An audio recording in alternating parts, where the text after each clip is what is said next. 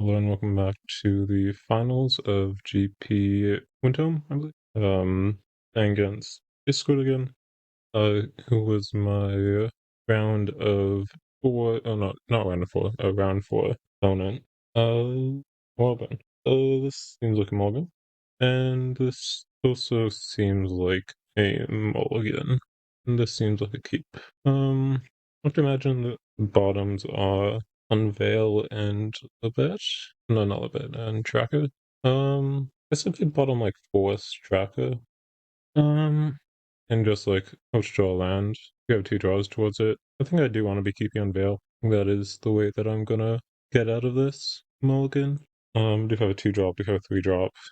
Not the worst case scenario here. Obviously would prefer to, like I mentioned, have a downgrade, but pretty unreasonable to expect that one on a mod 5. On the play too, they'd be down to like two cards here. I don't love seeing Poisoner, don't love seeing Scion on top of my deck. You kind of need to be hitting land here if I want to stay competitive with my opponent's curve. Yep, that's not great. Let's just familiarize myself with my opponent's deck again. They have Fatal Flaws and Twilight Ambushes. So I guess that means that Libet is naming Hexproof. I'll name like Vigilant Speech. I don't think I want to be naming Hexproof here.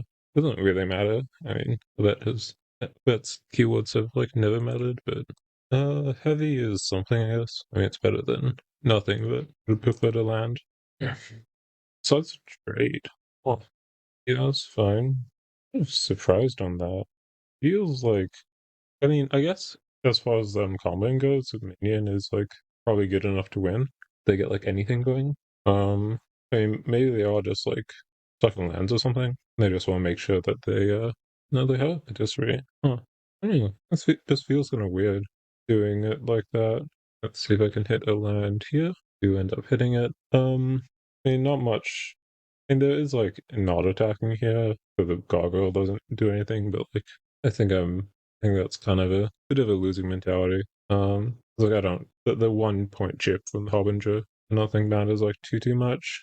I think I do just need to kind of fight through it. Um I there's an argument for playing Scion here over Zolo. I think it's actually a good one in that if they have a fatal flaw, Zolo is the target I'm more concerned about. I prefer the fatal flaw to hit the Scion.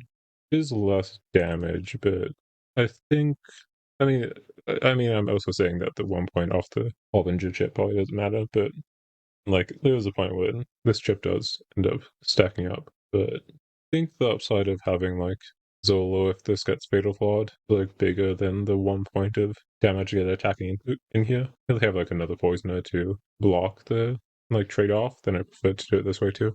And then like Unveil can also hit Zolo, which is another factor to consider.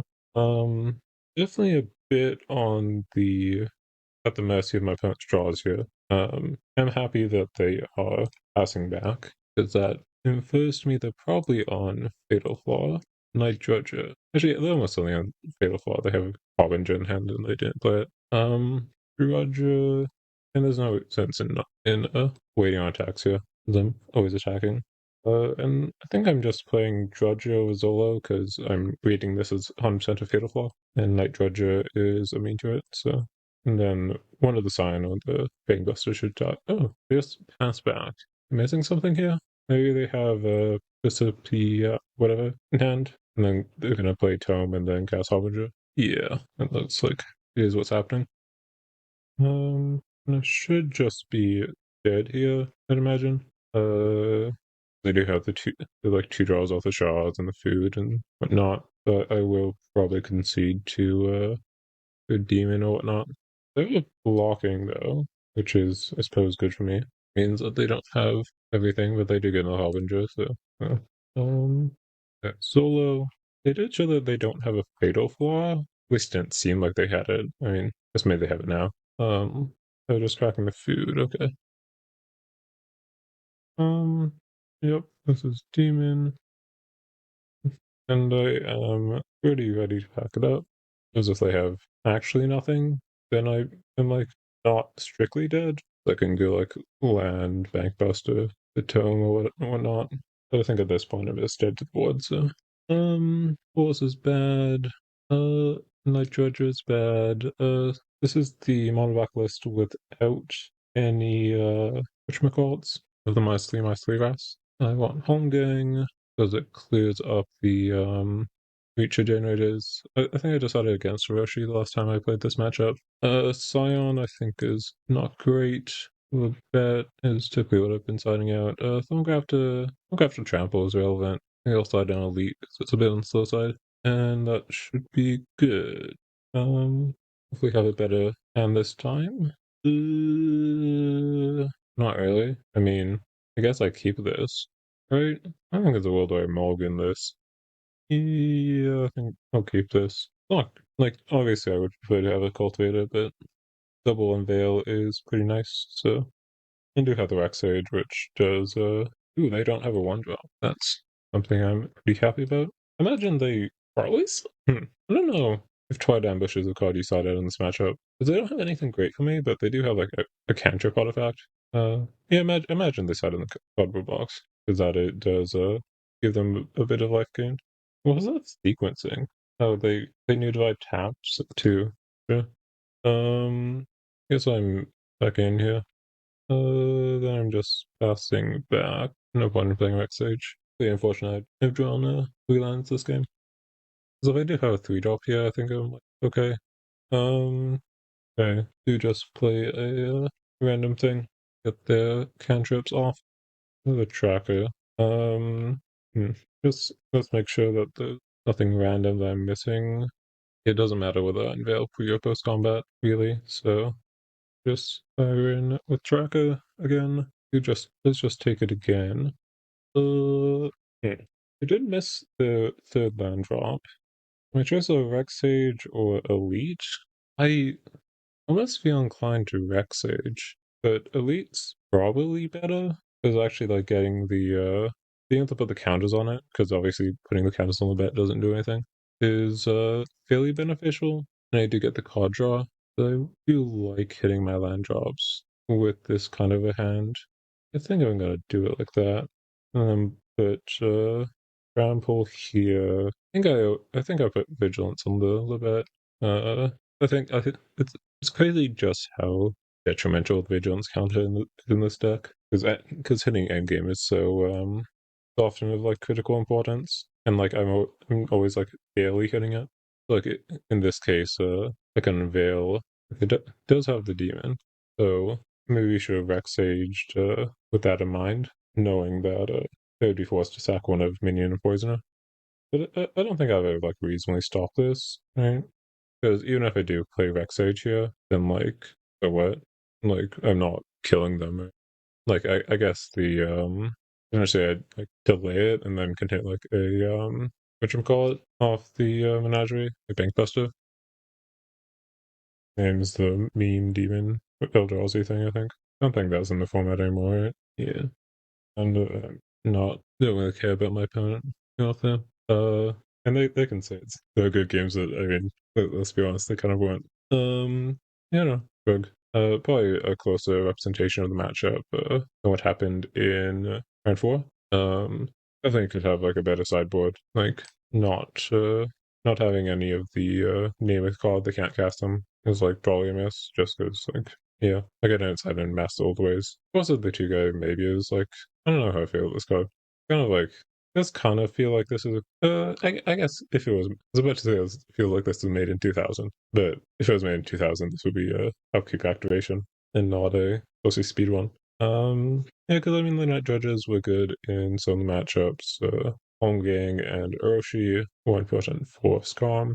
Court of Miracles, I mean, maybe Court of Miracles is a mistake here, though I didn't play against any hard control decks where I'd be going into the late game. So maybe Master of the Old Ways is the thing here. At the same time, I did play against what do you call it? There was a bunch of like mono white weenie in the last GP, and having a way to punch back past chump blockers is nice. So like on the tracker or whatnot. Feels like it's important for me to in like that kind of matchup where so I can actually race. I mean, even in this matchup, I don't think it'd be unreasonable to play Master. Uh, let's see. God, I hate that. I think the counters have literally never mattered. I think they've actually just been stone irrelevant. I mean, I guess that second game they could have mattered because I get it would have let me endgame from the spot. It's like land unveil, 5 land tapped, and then limit tapped. Oh no, a tracker messes up because it has vigilance. It is like the vigilance can unveil being completely irrelevant. I mean, I guess part of it is the same reason why the bet counters are so irrelevant. Um, with like vigilance only mattering when your opponent has like threats that they play. But I mean, I'm the only. I don't think I play against a single deck with more than like 8 creatures this GP. Is that right? No, my round one had more creatures. But merely that deck didn't seem great. I just kind of ran them over. What was my round two? Oh no, I did play against Black Red. That was a fun matchup. Black Red.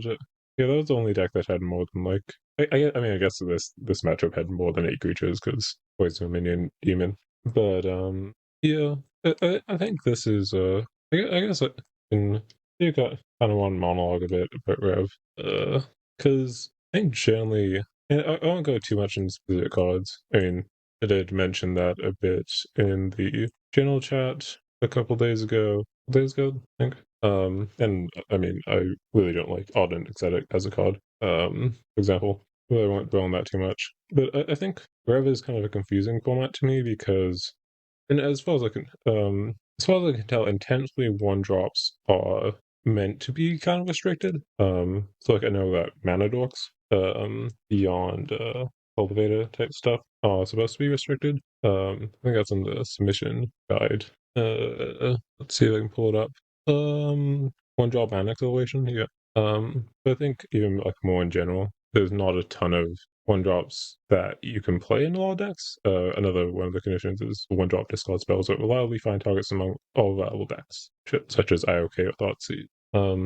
Fun. Wait, but then another one of the conditions is format unconditional board wipes, and I think there's like 2 or 3 of those in the format right now. Huh? So maybe they're suggestions, more than anything. But what I'm getting to is that it feels like this is a format where you do have to play 2 turn 1.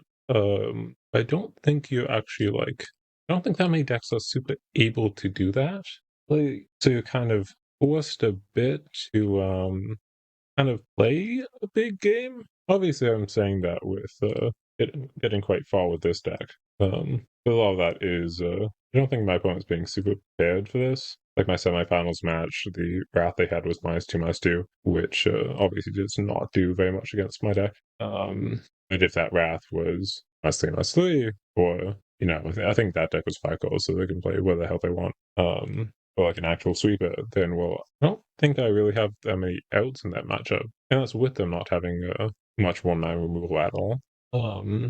See, obviously Storm. I mean, maybe that's an exception because I don't get the impression that Storm's supposed to be super viable, at least not to the extent that's like I guess there are like Blacklist and Ground Guard and whatnot, so there are tools to deal with it at least somewhat. But but that is but I think to deal with Storm without those cards, you do kind of need Storm turn 1. And part of the difference between this matchup and the round 4 matchup is that I didn't get Cultivated in turn 1. Probably wouldn't have mattered, but definitely would have been much closer. The mono black, does Storm decks even have a way to deal with? Wait, are they playing their own Crown Guard bans to stop other Crown Guard bans? God, that sounds awful. I think that is what they're doing. I guess they can kind of play a fair game, I guess. Kind of. Maybe they play like, yeah, I guess they have bell towers too. Not entirely sure on that. But it does feel like there's like a reasonably high pressure to interact on turn 1. Not interact, but play a threat on turn 1 if you are threat based deck, because the high end is really good. Where like if you're not killing on turn 4, well, bell tower comes down and then your opponent goes off and one is playing like Lamby Smith and Monument Vandy at the walls, what like bourgeoisie class, and well, oh, you're not putting you're starting on turn 2. Well, your opponent's playing odd and static on turn 3. Good luck trying to kill them.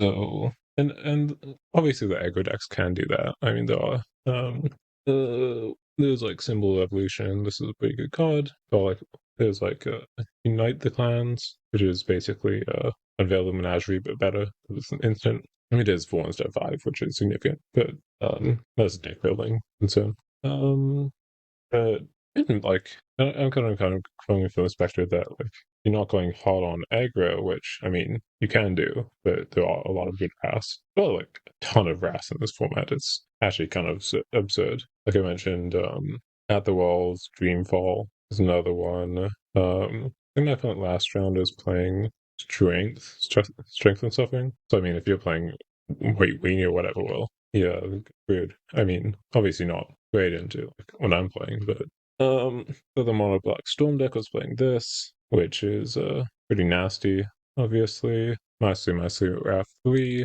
It is pretty harsh the mana, but then there's like Wipe the World Clean as well, and then like what Room Mage's Wrath, so I mean just in case you're in red and you want it. And then of course you have all the like actual single target removal, Ferocious Flame, Quiet Ambush.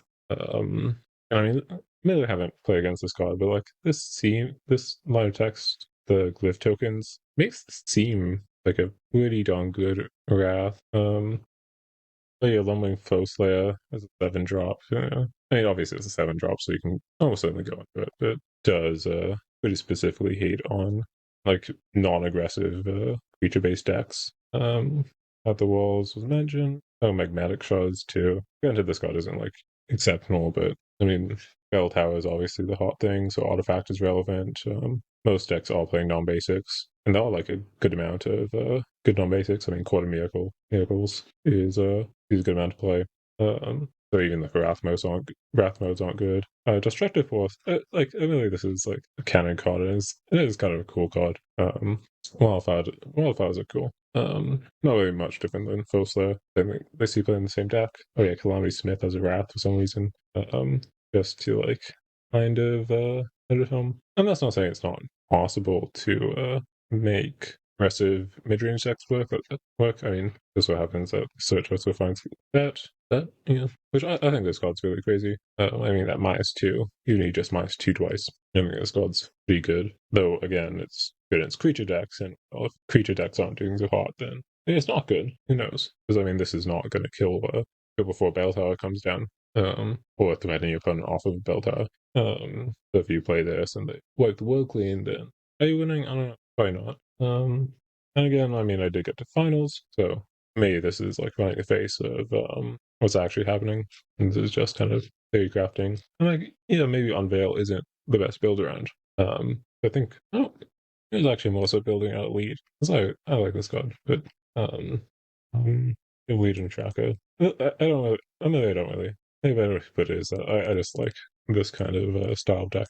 But Unveil being Sorcery Speed seems really bad in Wrath, so maybe this was just a poor choice. And I'm just looking at all these cards that screw me and be like, well, yeah, this is just isn't the deck of the meta. I mean, it did work out because I didn't play against that many of these cards. And I mean, yeah, I do have some X4s. I mean, Zola is really good, so I came out and having X4s into like At the Walls did come up in as my round 2 game. I mean, I'm not going to really consider Force an answer because I mean, this is a really expensive ability. I think Aggro deck to get to 5 mana is kind of sketchy, and then you need to like play it too. Well, yeah, I also just like don't have much removal. That's entirely on me. And definitely a fall of the deck more than anything.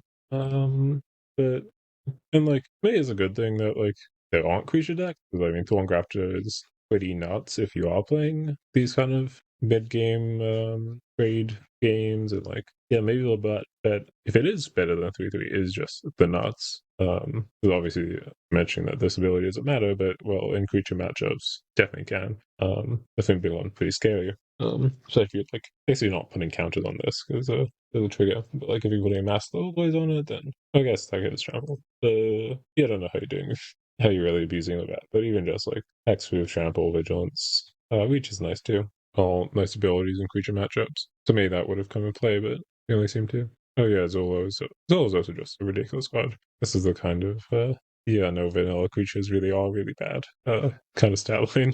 No, like yeah, vanilla creatures are just kind of trash. Yeah, Purplemurasaki 6/6. Yeah, no, that's maybe that would see some play somewhere. Maybe, probably not though. No, this is kind of antipate this card. Um, hmm. Yeah, most of it. I guess clothing costs on the deck. Lots of like awkward things going on, like unveils vigilance counter. Not cool with endgame. Endgame generally was pretty fun. Like heavy and bankbuster. Oh, that's the same card. Heavy and night dredger. Other cards are like block on deck. I think sign was ever relevant. Tracker was really good, especially with unveil. Because giving tracker trample was kind of nuts. Maybe the vigilance was a detriment. I mean, I guess it did let me in the vigilance counter on unveil, so not the absolute worst. Reach was also never mattered. I don't think I was attack the flying creature entire GP. Stormcrafter is like good, but doesn't really like do much into a lot of the format. Feels like it did have some moments in the black for red matchup, I suppose, but like we're just looking at the decks people are playing, and it's like, oh, Wrath. Well, this is abysmal to Wrath. This is abysmal to every Wrath. It's kind of funny. Or like X1s. That's what a lot of the aggro decks are playing. You can't really afford more toughness if you're trying to get under Wraths. And the kind of sad thing is that there's not really an option. I mean, I would like to start on turn one, as I've been mentioning. But that's like cultivate and Thorngrafter, like literally all you get. Like you can play a defender, you can play artifact enchantment hate.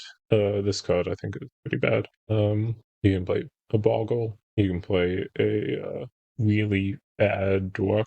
This is like a combo card almost. I think in the context of the format, you can play another one. This card's like obviously quite a bit. I guess this thing with other moments, but like if you can get ancient fast, I guess this is like good, but I don't think you can do that recently in aggro. This is always aggro card. This card's just kind of bad. Yeah, this is the kind of card that like this was a 2/1, then I'd be all over this. But it's not, so not playable. I mean, I don't think there was enough support for this, if I'm remembering correctly. And then Root Sting is another combo bait card. Played this couple GPs. I don't know how many GPs ago it was. I took a break from REV. But in my first GP, I played this with Scout Ahead. I think it was nerfed after I played it. It 90 GPs tapped. I think, and then with this, which was only X green. I don't know, but I do generally feel like the farther I get in red GPs, like more I'm just like matchup fishing or like luck fishing, I guess. And yeah, part of that is that I'm not super into the format. I don't really know what's good per se. But I mean, maybe you can make good mid-range decks. I mean, maybe this card's good. Probably not. I don't know. I mean, that is like a decent ability. Maybe there are like I think there are like tools for a big red style deck. I think that was another deck that I looked at. And like maybe there are like just mid-ranged white decks that are very good because you do have some bigger cards. I mean, this land is pretty good. You have a lifetime, which is pretty crazy as a Glory Anthem. Glory Anthem that tutors for something, tutor before drop legend. But I really just don't get the impression that that's quite good enough to not starting on turn one. But I mean, I guess in white you can start on turn one. So a symbol of the revolution. I mean, maybe humble barkeep is the answer. I think this card's okay, but again, if no one else is playing creatures, then not great. This guy's like fine. I mean, maybe this is good, but also feel like this kind of lends into like why would you play something slow when all the decks innately try and go over the top? This is like alright. Kind of line. Well, evolution is obviously quite good. And Brave Wing is good, but so like if you're not being full on aggro, then like maybe it's not good enough. And of course, black gets old. If you want to look for good one drops, you can play black, of course, and play Diabolical Minion and Poisoner, which are just kind of crazy cards in general. And like that, and these are the kind of like one drop style cards I'm talking about. When like, oh yeah, mid range decks and Sodomton one. Or similarly with like, I mean, they explicitly call out Thoughtseize and okay, but I mean those are cards that I'm also like looking for here. And honestly, maybe these aren't like even good enough because I mean they're both kind of clunky. Like maybe they generate an advantage, but I don't know. It does feel like you are just kind of contesting with cards like Shadow Identity more so than anything else. But yeah, I don't know. That was me using for however long. That was almost half an hour. Well, thanks for listening if you've gotten this far. Um, Next REV GP is Worlds. I did qualify for, so probably be recording those games. Similar to my deck like a month ago almost at this point. That's 3 weeks. Well, haven't looked at it since, so don't know if it's good or not. But yeah, thanks for listening.